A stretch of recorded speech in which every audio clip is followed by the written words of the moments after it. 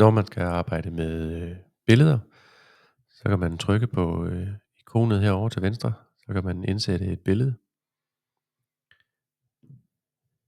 Jeg har fundet et billede her, jeg gerne vil have med.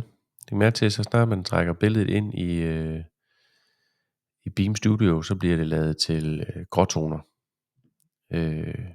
Det er jo fordi laserskæreren af gode grunde ikke kan lave noget i farver. Man har også mulighed for at sige, at det ikke skal være i gråtoner, men i sort-hvid. Det gør både noget for, hvordan billedet kommer til at se ud, men det gør også noget for, hvor lang tid det tager at få det graveret over på laserskærmen. Man kan her arbejde lidt med den her med lysstyrke, så kan man justere lidt, hvordan man synes ens billede ser bedst ud.